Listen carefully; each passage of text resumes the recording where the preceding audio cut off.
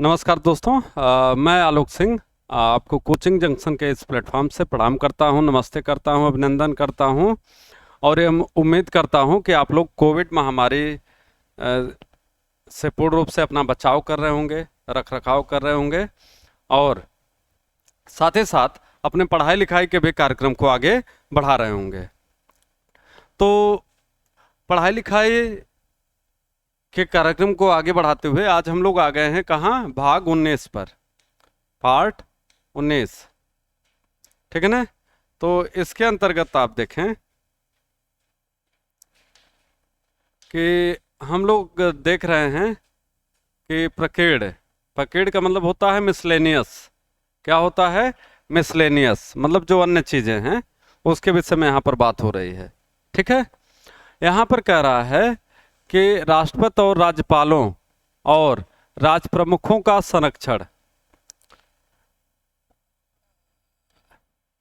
राष्ट्रपति, राज्यपालों और राज प्रमुखों का संरक्षण। तो यहां पर इसमें सीधे सीधे कह रहा है कि जब भारत का राष्ट्रपति,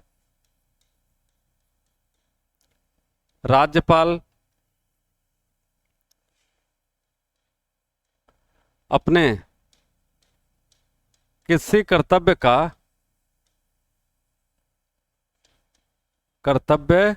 का निर्वहन कर रहा हो, निर्वहन कर रहा हो, तो उस समय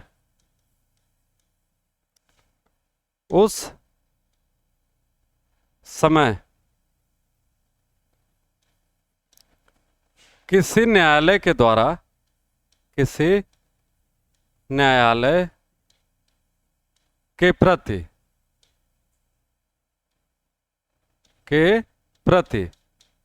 वह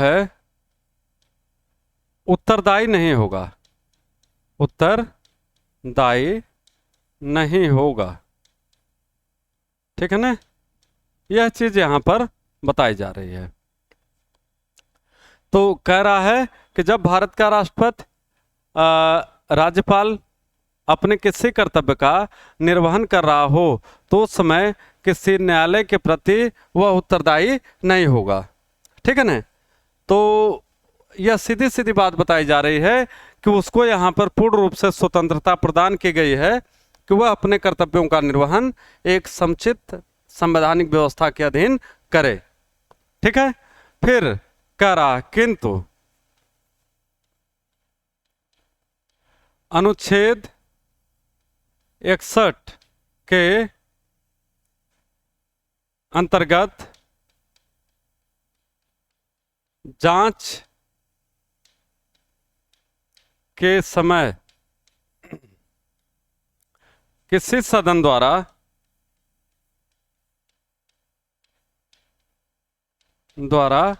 गठित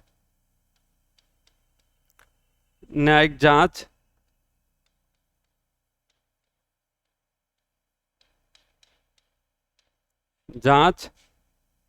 न्यायपालिका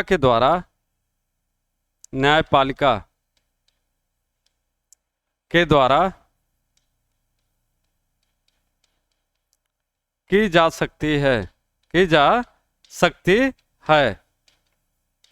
यहां पर यह ध्यान दीजिए, अनुच्छेद 61 के अंतर्गत यह बात है महाभियोग के विषय में, महाभियोग, और यह है सिर्फ बात यहां पर राष्ट्रपति की हो सकती है। किसकी? राष्ट्रपति की। लेकिन चूंकि पैटर्न वही है पावर एंजॉय करने का, राज्यपाल का भी, तो इस वजह से शब्द यहाँ पर चूंकि केंद्र और राज्य दोनों में यह बंद किया गया है। किंतु अनुच्छेद 61 के अंतर्गत यह सीधे सीधे बात की जा रही है कि अगर 61 के अधीन उसके खिलाफ कोई जांच बन रही हो और संसद के किसी भी सदन ने किसी न्यायिक आयोग को या न्यायपालिका को कोई मैटर सलाह के लिए या जांच के लिए प्रेषित कर दिया हो तो न्यायपालिका को उसके विषय में जांच करने का पूर्ण रूप से अधिकार प्राप्त है। तो यह चीज आपको यहां पर ध्यान देनी है। ठीक है ना? फिर इसके बाद कह रहा है कि जब राष्ट्रपति अथवा राज्यपाल। आगे है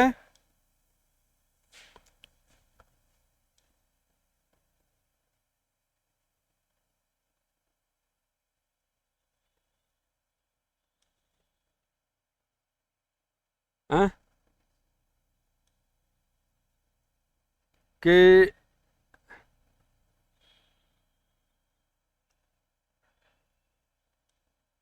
यहाँ पर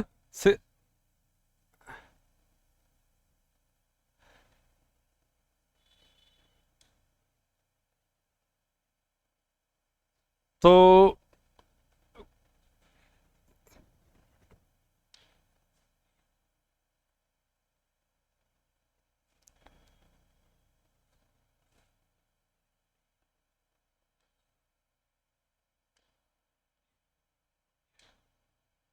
ठीक है ना। तो यहाँ पे क्या कह रहा है कि जब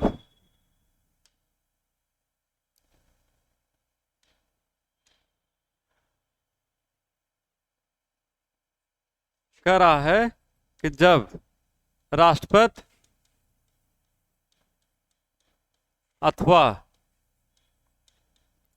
राज्यपाल अपने पद पर आसीन है, आसीन है मतलब कि कार्यकाल के दौरान, कार्यकाल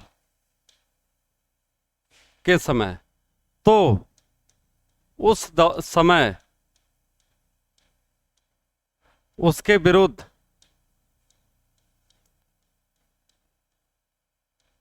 कोई भी आपराधिक जांच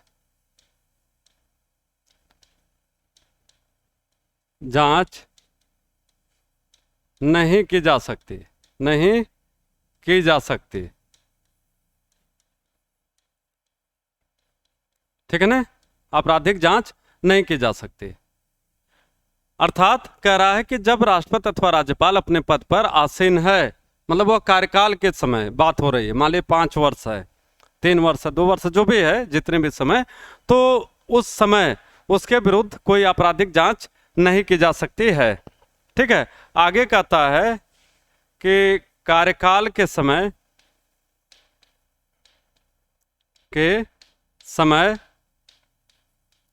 राष्ट्रपति अथवा राज्यपाल की किसी भी मामले में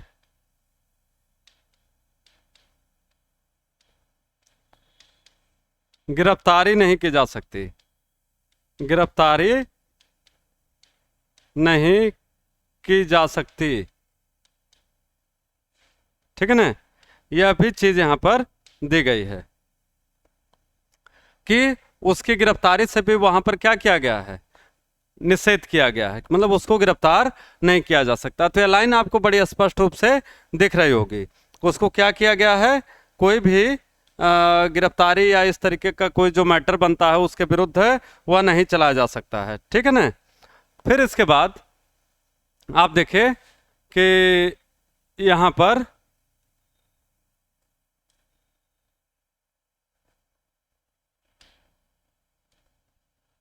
किसकी बात हो रही है, अनुच्छेद 361 का कहता संसद और राज्यों के विधानमंडलों की कार्यवाहियों के प्रकाशन का संरक्षण, संसद और राज्यों के विधानमंडलों की कार्यवाहियों के प्रकाशन का संरक्षण। तो इसे 44वें संविधान संशोधन के द्वारा, संविधान संशोधन 1978 में यह उपबंध किया गया कि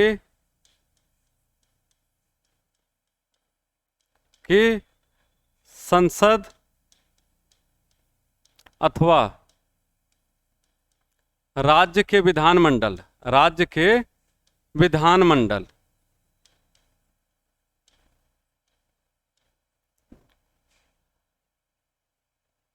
के विषय में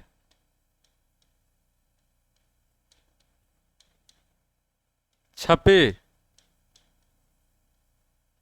कोई भी न्यूज या छपा कोई भी समाचार, छपा कोई भी समाचार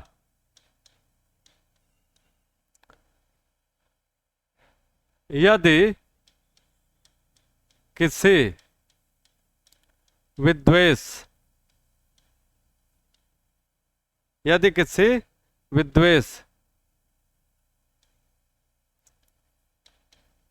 पूर्ण ढंग से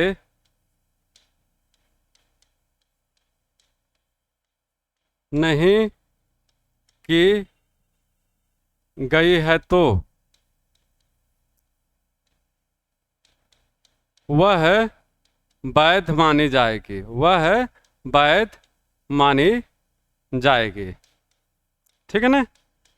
क्या कह रहा है कि यदि संसद अथवा राज्य के विधानमंडल के विषय में कोई भी समाचार छापा गया हो तो वह इस आधार पर अवैध नहीं हो सकता है कि उसे छाप दिया गया है, ठीक है ना।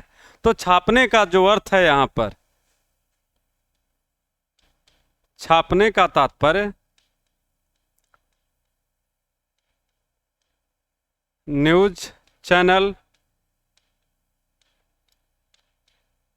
समाचार पत्र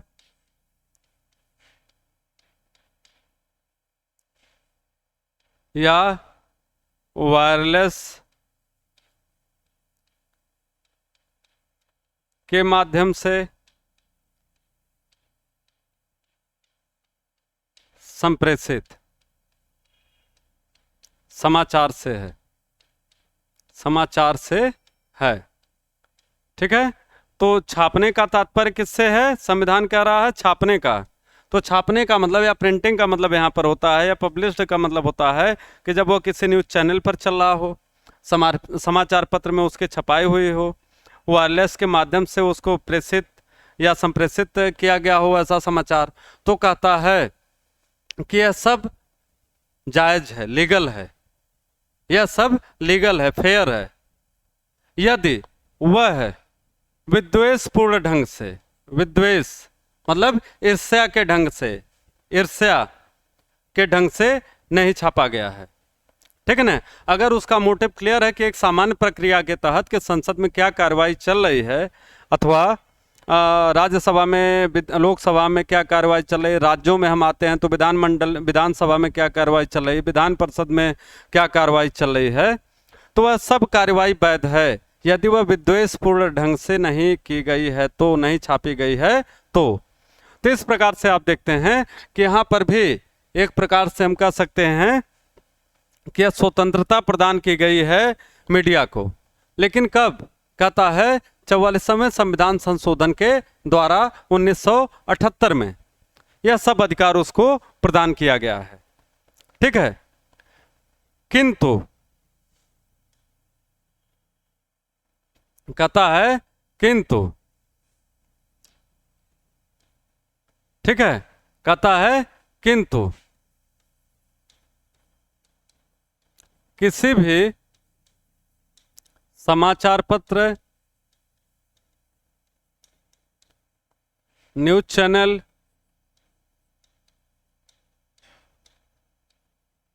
अथवा वायरलेस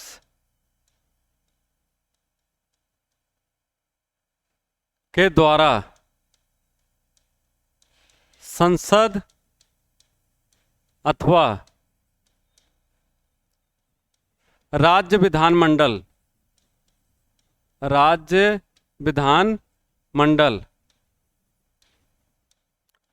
की किसी गुप्त बैठक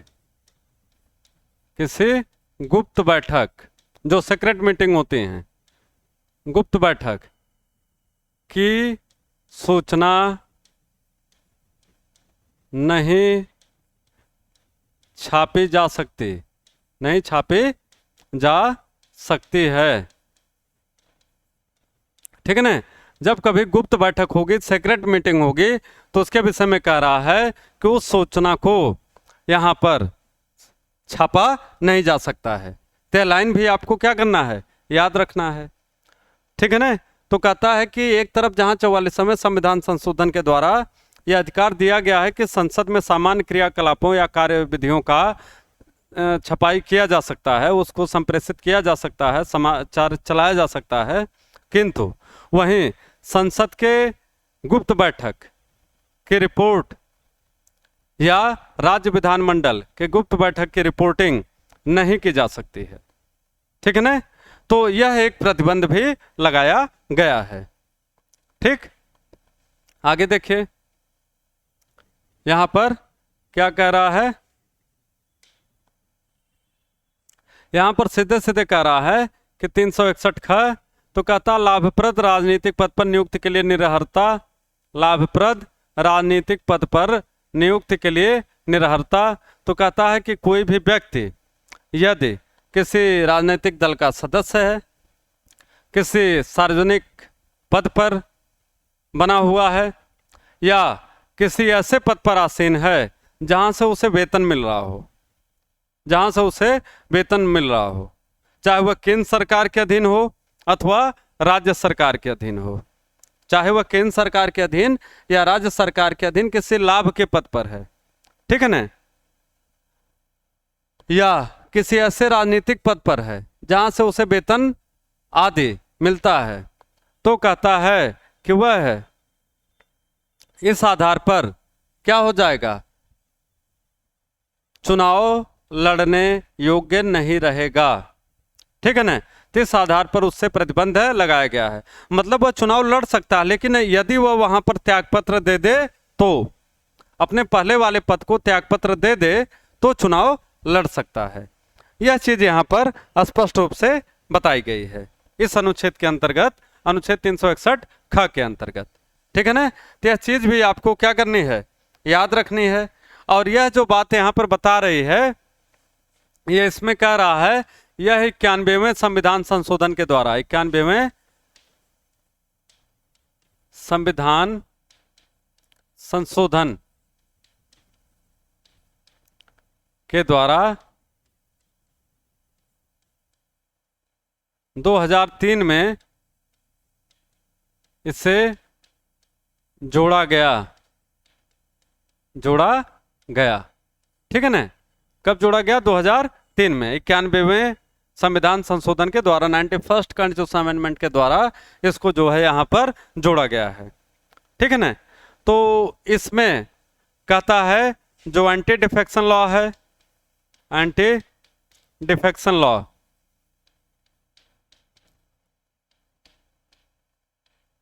दल बदल कानून, दल बदल निरोधक कानून,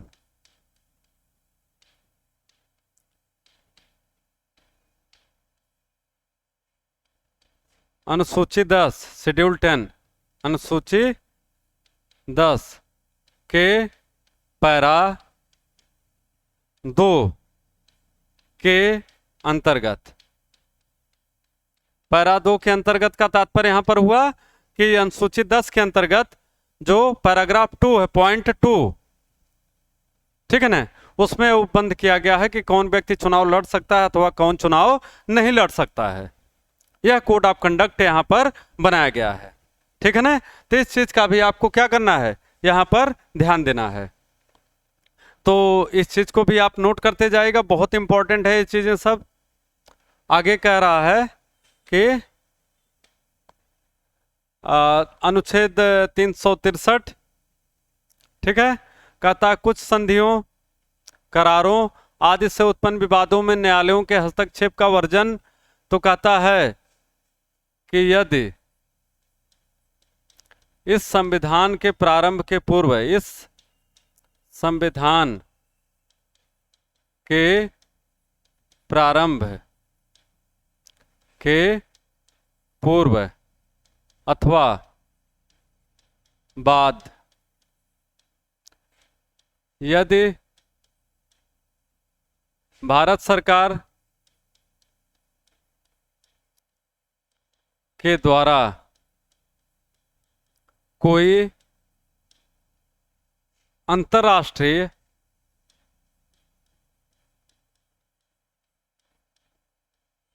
या राष्ट्रीय करार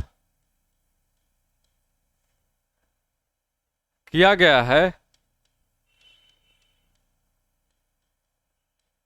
तो उसकी जांच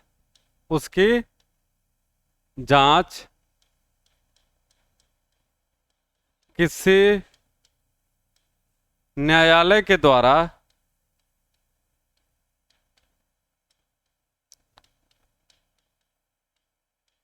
नहीं की जा सकती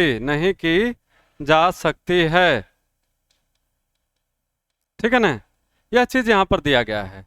तो कहता है कि राष्ट्रीय करार, अंतर्राष्ट्रीय करार जो भी कुछ किया गया है या जो भी समझौते किए गए हैं, संधियां की गई हैं, वह जो है उसकी जांच जो है किसी न्यायालय के द्वारा नहीं किया जा सकता है।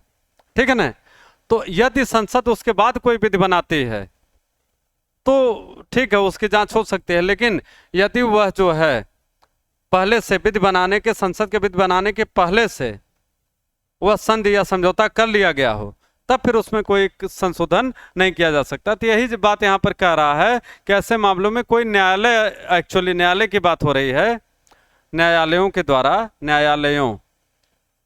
द्वारा कोई जांच नहीं की जा सकती है। ठीक है ना, तो यह चीज यहाँ पर बताई गई है। अब आपके दिमाग में आ रहा होगा कि हाँ, अनुच्छेद 362 नहीं दिख रहा है। अनुच्छेद 362 ध्यान से देखिए, यह निरसित है। क्या है? निरसित, मतलब डिलीट है। ठीक है ना, डिलीटेड।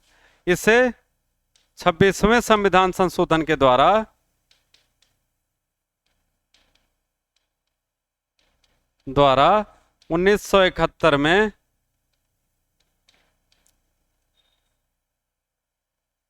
रजवाड़ों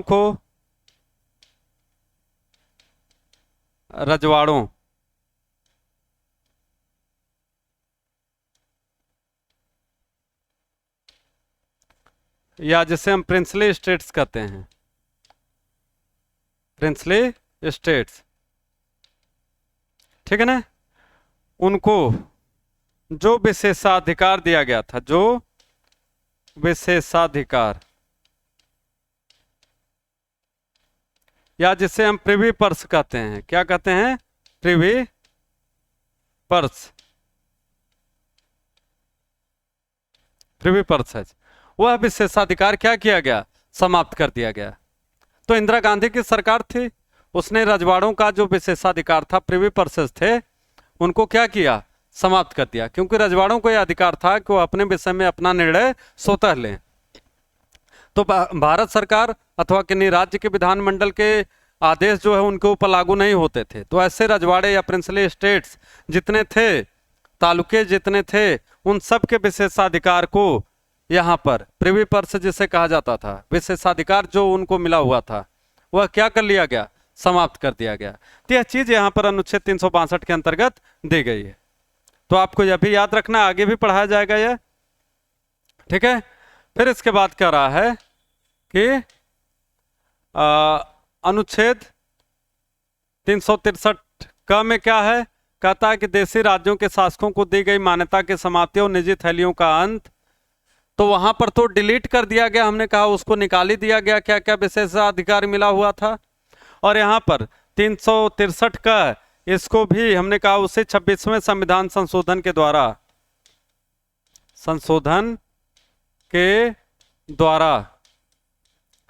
1971 में प्रिवी पर्स को समाप्त कर दिया गया। ठीक है, यह सीधी लाइन यहाँ पर 363 का के अंतर्गत दी गई है। तो अगर आपसे पूछा जाए किस संविधान संशोधन के द्वारा देशी राज्यों के शासकों को दी गई मान्यता की समाप्ति हो गई या उन प्रिवी पर्सेज की समाप्ति हो गई। निजी थैलियों का हिंदी में क्या दिया है प्रिवी का?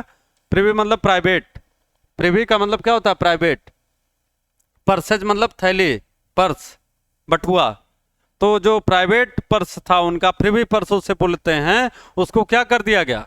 समाप्त कर दिया गया। तो 26वें संविधान संशोधन के द्वारा 1971 में इंदिरा गांधी की सरकार थी, उसके द्वारा इसको पूर्ण रूप से क्या किया गया? समाप्त कर दिया गया। ठीक है, तो यह 362 का रिपीटेशन नहीं है। 362 में जहां निकाल दिया गया, संविधान में समाप्त कर दिया गया, तो निकालने के लिए एक संशोधन करना पड़ा, तो वह संशोधन यहां पर दिया गया है 363 क के अंतर्गत। आप देख रहे होंगे संशोधन के द्वारा जोड़ा गया है। 363 ए भी इसे आप कह सकते हैं। ठीक है ना? इसके बाद आप देखिए तो यहां पर 364 में क्या कह रहा है? महापत्तनों और विमान क्षेत्रों के बारे में विशेष उपबंध।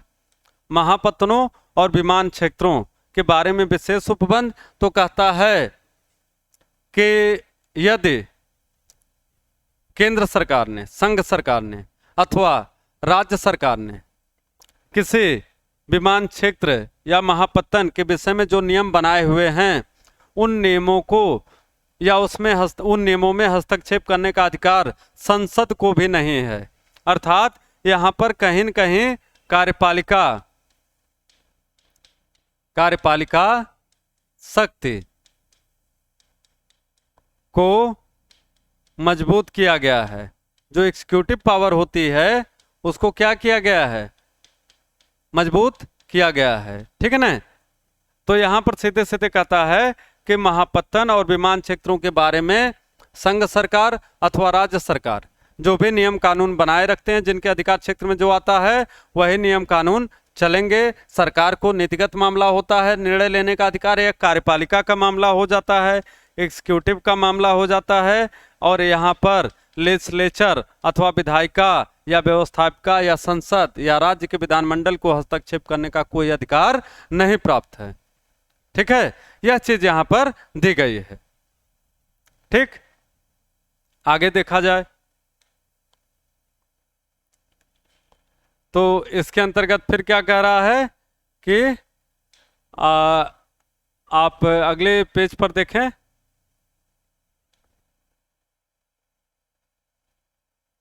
यहां पर सीधे सीधे क्या कह रहा है? यहां पर आपको बताया जा रहा है कि 365 के अंतर्गत कि संघ द्वारा दिए गए निर्देशों का अनुपालन करने में या उनको प्रभावी करने में असफलता का प्रभाव। तो कहता है कि यदि संघ ने कोई निर्देश दिए हुए हैं, संघ ने कोई निर्देश, डायरेक्शन या ऑर्डर दिए हुए हैं और उनका अनुपालन कोई राज्य नहीं कर पाता है, तो कोई राज्य नहीं कर पाता है तो वहां पर संघ को उस राज्य के खिलाफ निर्णय लेने का, डिसीजन लेने का पूर्ण रूप से अधिकार प्राप्त है। क्या कह रहा है? संघ द्वारा जो भी डायरेक्शन राज्यों को दिए जाते हैं, जो भी दिशा निर्देश राज्यों को दिए जाते हैं, अगर राज्य उनका अनुपालन नहीं कर रहा, उनका पालन नहीं कर रहा है, तो क्या माना जाएगा कि कहीं न कहीं यह केंद्र के कानून का उल्लंघन कर रहा है और उसके खिलाफ कार्यवाही केंद्र के द्वारा की जा सकती है। ठीक है ना? यह चीज यहां पर दी गई है। अनुच्छेद 366 में तमाम परिभाषाएं दी गई हैं। परिभाषाओं के अंतर्गत जैसे विमान क्या है, विमान पत्तन क्या है, ठीक है, वित्त क्या होता है, बजट क्या होता है, यह सब जितने शब्द हैं इस तरीके के, उन सब को कहां पर परिभाषित किया गया? 366 के अंतर्गत दिया गया है। ठीक है ना? और 367 में क्या कहता है? तमाम मिसलेनियस चीजें हैं, जो अन्य चीजें हैं, उन सब के विषय में यहाँ परिभाषित किया गया है। तो इस प्रकार से दोस्तों आप देखिए, यह जो आपका भाग 19 था, जो मिसलेनियस था, भी बहुत सारी चीजों का उपबंध यहाँ पर किया गया था। तो वह है आपका भाग 19 आज समाप्त होता है। ठीक है ना? तो बहुत बहुत धन्यवाद आपको। बहुत इंपॉर्टेंट टॉपिक है और खास करके आप देखिए कि अनुच्छेद 361, 62, 63 यह है बहुत महत्वपूर्ण है आपके लिए। 364 भी 65 भी आपके लिए इम्पोर्टेंट है, या आगे हम कहें तो इसमें कोई ऐसी चीज़ नहीं है जो आपके लिए महत्वपूर्ण ना हो। अगर संविधान की जानकारी रखनी है, एग्जाम देने हैं आपको, तो यह जानकारी आपको होनी चाहिए। बहुत बहुत धन्यवाद आपको, एंजॉय करिए और stay safe, stay healthy. Thank you so much.